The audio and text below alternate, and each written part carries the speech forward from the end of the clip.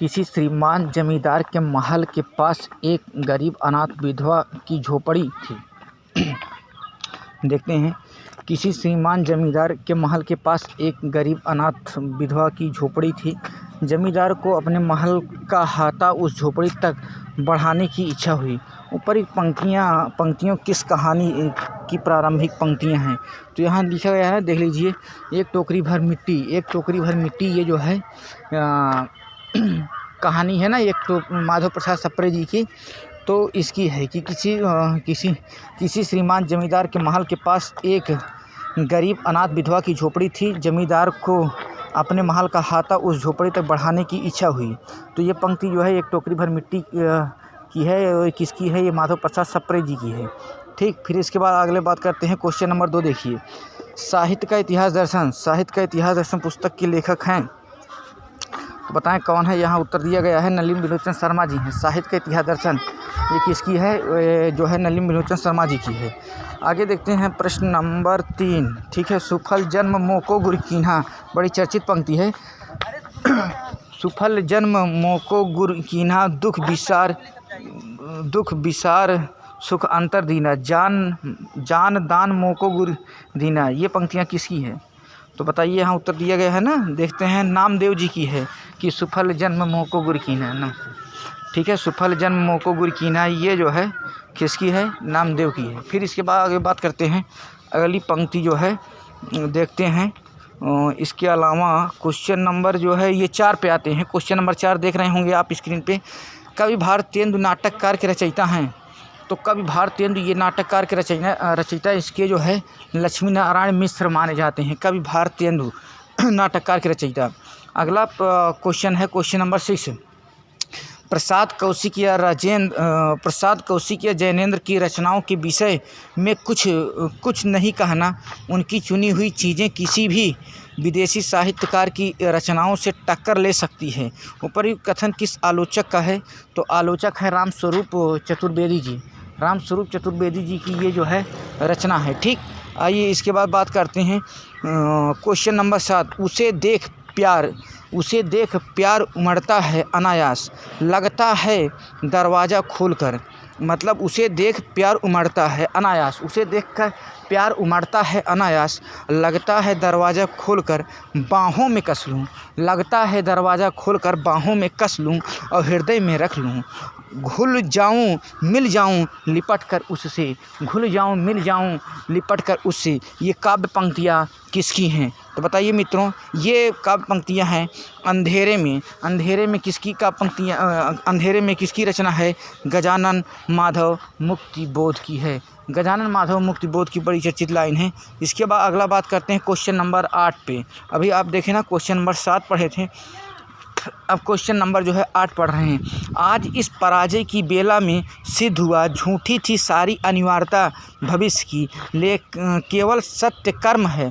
ये अंधा युग नाटक में ये किसकी पंक्ति है, तो अंधा युग जो नाटक है इसमें ये किसकी पंक्ति है, तो ये पंक्तियाँ बताना है आप लोगों को। तो ये पंक्ति जो है किसकी है, ये जो वृद्ध याचक है, याचक का मतलब होता है मांगने वाला, तो ये वृद्ध याचक की पंक्ति है कि आज इस पराजय की बेला में सिद्ध हुआ, झूठी थी सारी अनिवार्यता भविष्य की, केवल कर्म सत्य है। अंधा युग नाटक में किसकी पंक्तियाँ हैं, ये वृद्ध याचक का है। मर्यादा मत तोड़ो, तोड़ी हुई मर्यादा कुचले हुई अजगर सी, गुंजलिका में कौरव वंश को लपेट कर सूखी लकड़ी सा तोड़ डालेगी। अंधा युग नाटक में ये पंक्तियाँ किसकी हैं, तो ये पंक्तियाँ अंधा युग नाटक में बताना होगा। ठीक है, किसकी है। क्वेश्चन नंबर 9 का ये, चलिए आगे देखते हैं, ये थोड़ा सा मिस हो गया है। 10वां क्वेश्चन है क्वेश्चन नंबर 10। शक्तिशाली हो विजयी बनो, विश्व में गूंज रहा जयगान। शक्तिशाली हो विजयी बनो, विश्व में गूंज रहा गान। पंक्ति कामायनी की किस सर्ग से है, तो ये श्रद्धा सर्ग से है। शक्तिशाली हो विजयी बनो, ठीक है, विश्व में गूंज रहा जयगान, ये जो है श्रद्धा सर्ग से ये पंक्तियाँ ली गई हैं। अगला बात करते हैं ये क्वेश्चन नंबर 11। ये देखते हैं। भारतेंदु हरिश्चंद्र कृत अंधेर नगरी, भारतेंदु कृत भारतेंदु हरिश्चंद्र कृत अंधेर नगरी नाटक में कितने अंक हैं? तो भारतेंदु अंधेर नगरी नाटक ये जो है भारतेंदु का है बड़ा चर्चित नाटक है अंधेर नगरी। जैसा कि आप सब जान भी रहे हैं कि अंधेर नगरी ये बड़ा है। इसमें जो है अंधेर नगरी नाटक में कुल मिलाकर के 6 अंक हैं। अंधेर नगरी नाटक में 6 अंक हैं, जिसमें ये जो है इसमें जो है के बजाय उद्देश्य देखते हैं प्रयोग किया गया। एक ट्रिक है, प्रांत के बाजार में जंगल राज होने के कारण अरण्य और शमशान में अंधेरा था। ये ट्रिक है, पहला ट्रिक इसको देखते हैं। इसमें देखिए जैसे है पहला क्या है, पहला अंक में बाह्य प्रांत का वर्णन किया गया है, ठीक है ना। पहला अंक में बाह्य प्रांत का वर्णन किया गया है। फिर इसके बाद दूसरे अंक में जो है बाजार का वर्णन किया गया है, दूसरे में बाजार का वर्णन किया गया है। फिर इसके बाद जो है अगला तीसरा अंक देखते हैं, तीसरे अंक में जो है जंगल का वर्णन किया गया है। और मित्रों ये देखते हैं चौथा अंक है ना, चौथा अंक में राजसभा का वर्णन किया गया है। फिर 5वां अंक जो है अरण है और 6ठा अंक शमशान है। तो इस प्रकार जो है ये कंप्लीट होता है। कहने का मतलब अंधेर नगरी, अनबुझ राजा, टके शेर खाजा, टके शेर भाजी में जो है कुल 6 अंक हैं। 6 अंक के नाम आप इस ट्रिक के माध्यम से बड़े ही आसानी से याद कर सकते हैं। तो अब बात करते हैं क्वेश्चन नंबर 12। क्वेश्चन नंबर 12 में देखते हैं देवरात, वृद्ध गोप, श्याम रूप, आर्यक, हजारी प्रसाद द्विवेदी के किस उपन्यास के प्रमुख पात्र हैं? एक बार प्रश्न फिर रिपीट कर रहे हैं, ध्यान दीजिए। देवरात, वृद्ध गोप, श्याम रूप, आर्यक, हजारी प्रसाद द्विवेदी के किस उपन्यास के पात्र हैं? तो बड़ा ही चर्चित उपन्यास है पुनर्नवा, हजारी प्रसाद द्विवेदी जी का। इसी पुनर्नवा में ही देवरात, वृद्ध गोप, श्याम रूप, आर्यक ये सब जो है पात्र हैं पुनर्नवा में, ठीक है ना। तो आप ये भी जान रहे हैं चारुचंद्र लेख, बाणभट्ट की आत्मकथा, अनामदास का पोथा, ये सब जो जितने हैं ये किसके हैं? आचार्य हजारी प्रसाद द्विवेदी जी के हैं। आइए बात करते हैं क्वेश्चन नंबर 13। क्वेश्चन नंबर 13 पे, एक दिन सहसा सिंधु अपार, लगा टकराने नग तल क्षुब्ध, अकेला यह जीवन निरुपाय, आज तक घूम रहा विश्रब्ध। पंक्ति कामायनी के किस सर्ग से लिया गया है? श्रद्धा सर्ग से लिया गया है। हिंदुस्तान आर्य बड़ा चर्चित है। यूपी बोर्ड कक्षा 11 में ये पंक्ति सीधा सीधा दी गई है। और कक्षा 11 में पाठ, पहला ही पाठ गद्य का है कि भारतवर्षोन्नत कैसे हो सकती है। तो इसमें क्या लिखा गया है? बड़ी चर्चित लाइन है, आप पढ़े भी होंगे। हिंदुस्तानी लोग तो रेल की गाड़ी हैं, हिंदुस्तानी लोगों को कोई चलाने वाला हो तो ये क्या नहीं कर सकते हैं। ये कथन भारतेंदु हरिश्चंद्र के किस निबंध से है? तो भारतेंदु हरिश्चंद्र का ये निबंध है, भारतवर्षोन्नति कैसे हो सकती है। आइए अगला देखते हैं क्वेश्चन नंबर 13 में लिखा गया है, ये भी बड़ी चर्चित है, कई बार एग्जाम में पूछा गया है कि उदय भान चरित किस रचना का दूसरा नाम है? तो मित्रों उदय भान चरित रचना ये रानी केतकी की कहानी से है, ठीक है। रानी केतकी की कहानी को उदय भान चरित के भी नाम से जाना जाता है। और ये भी आप जान रहे होंगे कि रानी केतकी की कहानी कौन लिखा है? इंशाअल्लाह खान लिखे हैं। आइए अगला प्रश्न देखते हैं। हमारे मत में हिंदी और उर्दू दो बोली न्यारी न्यारी है। तो इसलिए जानिए कह रहे हैं कि हमारे मत में दो बोली, एक हिंदी और उर्दू दोनों न्यारी है। तो न्यारी कहने वाले ये हैं राजा लक्ष्मण सिंह। अगला देखते हैं क्वेश्चन नंबर 14। फ्रेडरिक पिनकार्ट भारत में किस भाषा के समर्थक थे? तो फ्रेडरिक पिनकार्ट भारत में ये हिंदी भाषा के समर्थक थे। अगला क्वेश्चन नंबर 15 है। प्रेमचंद की कहानियां अपने विधान में उनके उपन्यासों से अधिक निर्दोष है, किस आलोचक का कथन है? रामस्वरूप चतुर्वेदी जी का है। किसकी बातों से प्रेरित होकर विष्णु प्रभाकर जी ने अमारा मसीहा जीवनी लिखी? बड़ी चर्चित है। अमारा मसीहा के रचनाकार कौन है? विष्णु प्रभाकर हैं। लेकिन ये ध्यान दीजिए कि किसकी बातों से प्रेरित होकर के विष्णु प्रभाकर जी ने अमारा मसीहा नामक जीवनी लिखी थी? तो नाथूराम शर्मा से प्रभावित होकर के विष्णुचंद्र शर्मा जी ने हमारा मसीहा नामक जीवनी लिखी थी। अगला प्रश्न है प्रश्न नंबर 17। अमृतलाल नागर को मानस का हंस कौन लिखा है? अमृतलाल नागर ने लिखा है। ये उपन्यास विधा है। अब ये जो है प्रेरणा किसने दी थी? तो मानस का माँ से महेश कोल को याद रखिएगा मानस हंस के लिए। सॉरी। आइए अगला देखते हैं क्वेश्चन नंबर 18। क्वेश्चन नंबर 18 में सम्मत 1631, आप जानते होंगे ना, सम्मत 1631 में श्री रामचरितमानस की रचना हुई थी ना। तो सम्मत 1631 में करुण कथा हरिपद धरि सीसा और किस रचना की पंक्ति है? तो रामचरितमानस की ये रचना पंक्ति है कि सम्मत 1631 करुण कथा हरिपद धरि सीसा। सम्मत 1631, सम्मत 1631, करऊँ कथा हरिपद धरि सीसा, करऊँ कथा हरिपद धरि सीसा, हरिपद धरि सीसा, सम्मत 1631, करऊँ कथा हरिपद धरि सीसा। ये श्री रामचरितमानस के लिए कहा गया है कि सम्मत 1631, करऊँ कथा हरिपद धरि सीसा। ये किस रचना की पंक्ति है? तो रामचरितमानस की रचना के लिए है। अगला देखते हैं, भक्तमाल में रामानंद जी के कितने शिष्य गिनाए गए हैं? तो मित्रों ध्यान रखिएगा, भक्तमाल में रामानंद के 12 शिष्य गिनाए गए हैं। पंत प्रसाद और मैथिली शरण गुप्त की रचना किसने की थी? तो रामधारी सिंह दिनकर जी ने की थी पंत प्रसाद और मैथिली शरण गुप्त की रचना। ये धीरे धीरे से तीनों कवि को लिख दिए जिनका नाम है रामधारी सिंह दिनकर। कौन है? पंत प्रसाद मैथिली गुप्त, धीरे धीरे दिनकर किए। तो ये हुआ रामधारी सिंह दिनकर जी की है। अगला देखते हैं, कामायनी का 7वां सर्ग कौन सा है? तो कामायनी का कुल सर्ग है चिंता आशा श्रद्धा काम वासना, चिंता आशा श्रद्धा काम वासना कर्म, ठीक है। और चिंता आशा श्रद्धा काम वासना लज्जा कर्म ईर्षा ईड़ा स्वप्न संघर्ष, इस तरह से है। कहने का मतलब कर्म जो है आपका कामायनी का 7वां सर्ग कौन सा होगा?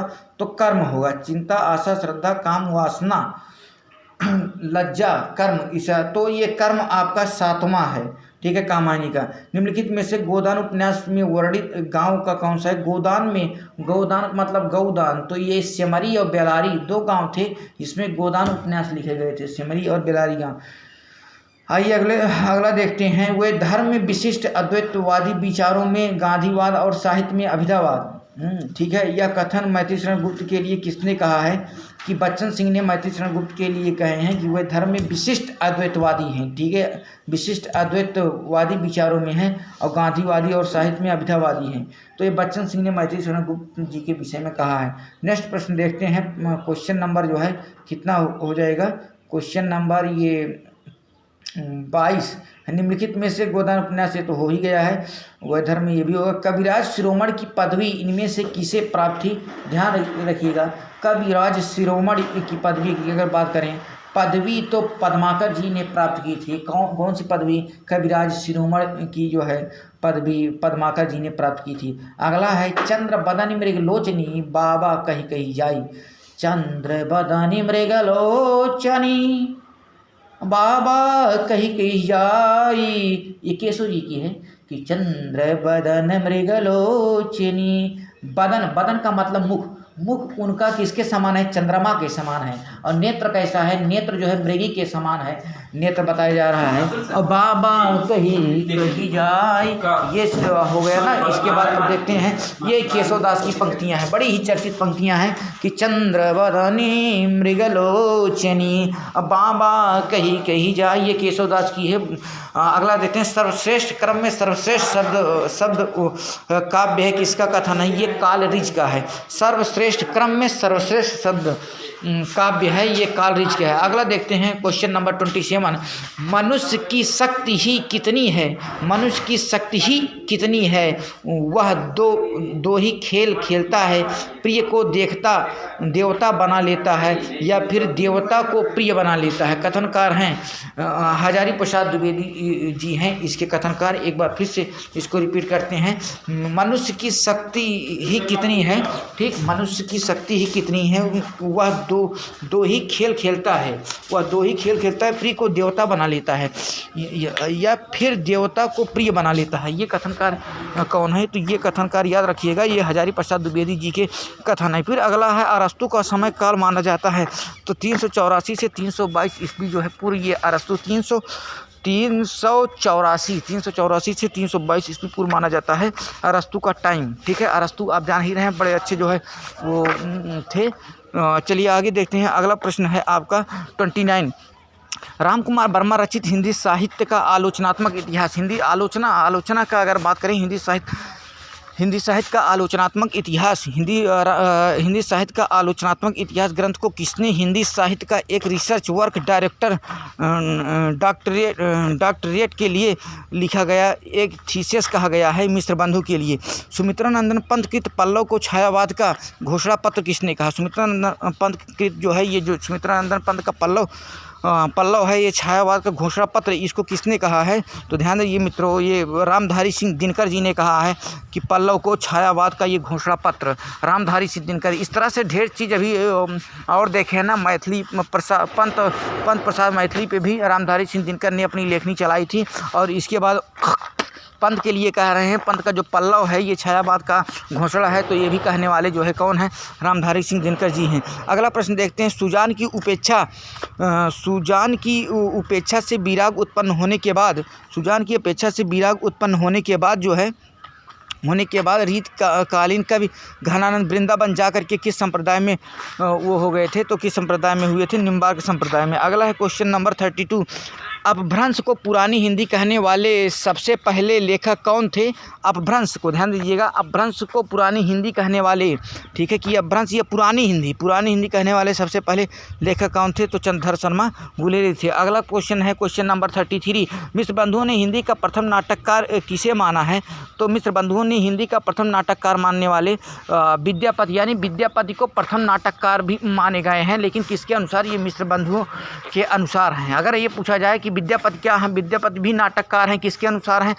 यही नहीं, मिश्र बंधु थे श्याम सुखदेव और गणेश बिहारी, इनके अनुसार जो है हिंदी के प्रथम नाटककार माने जा रहे हैं विद्यापति। अगला क्वेश्चन है क्वेश्चन नंबर जो है कितना है 34 क्वेश्चन नंबर देखते हैं, रामचंद्र शुक्ल ने अवधि की सबसे पुरानी रचना किसे माना है? तो अवधि की सबसे पुरानी रचना जो है सत्यवती कथा को माना है, और सत्यवती कथा ईश्वर चंद की है, इनको पहला कवि भी मानते हैं। अगला क्वेश्चन नंबर 35 देखते हैं, रीत काल का वह कवि जिसने खड़ी बोली हिंदी में शीत वसंत नामक प्रबंध रूप में कहानी लिखी थी? तो चंदन कवि, एक चंदन बाला रास है ना, चंदन बाला आशुक कवि हैं, और चंदन कवि नामक चंदन एक कवि हैं, तो ये शीत बसंत कहानी लिखी है। शीत बसंत, अगर ये कहानी पूछा जाए शीत बसंत कहानी किसकी है तो ये याद रखिएगा चंदन कवि हैं।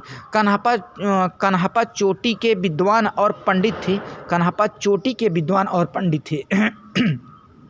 किसका कथन है? ये बच्चन सिंह का। कन्हप्पा के लिए आप जान भी रहे हैं, ये ब्राह्मण थे, कहाँ के थे? ये कपिल वस्तु के ही थे। अगला प्रश्न नंबर क्वेश्चन नंबर देखते हैं, रामचंद्र शुक्ल ने अवधि की सबसे पुरानी रचना किसे माना है? तो सत्यवती कथा के लिए माना है। ये सब हो गया है। शीत वसंत नामक चंदन कवि का है, कन्हप्पा। ये महाकवि सूरदास किसकी आलोच्य है? तो ये नंद दुलारे वाजपेयी, महाकवि सूरदास जी के लिए देखिए, सूरदास है ना, तो नंद बाबा से ही संबंध है, तो नंद दुलारे वाजपेयी को याद रखिएगा